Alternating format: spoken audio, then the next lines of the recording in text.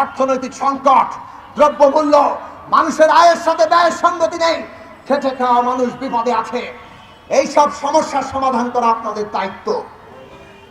যদি না পারেন তাহলে দায়িত্ব নিয়েছেন কেন?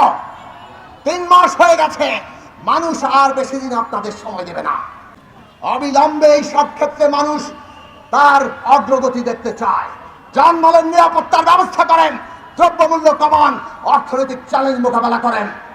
আর সমস্ত রাজনৈতিক দল, শিক্ষার্থী, শ্রেণী পেশার অংশীদারদের নিয়ে একসাথে বসে এই রাষ্ট্রের রূপান্তর, সংস্কার, নতুন বন্দোবস্ত আর আগামী দিনের নির্বাচন তার রোডম্যাপ ঘোষণা করেন।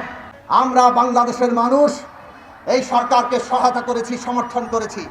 নির্বাচন পর্যন্ত আপনাদের আমরা সমর্থন করব, কিন্তু জনগণের আকাঙ্ক্ষা আপনাদের পূরণ করতে হবে, না হলে কিন্তু জনগণ আপনাদের নিঃস্বার্থভাবে সমর্থন দেবে না।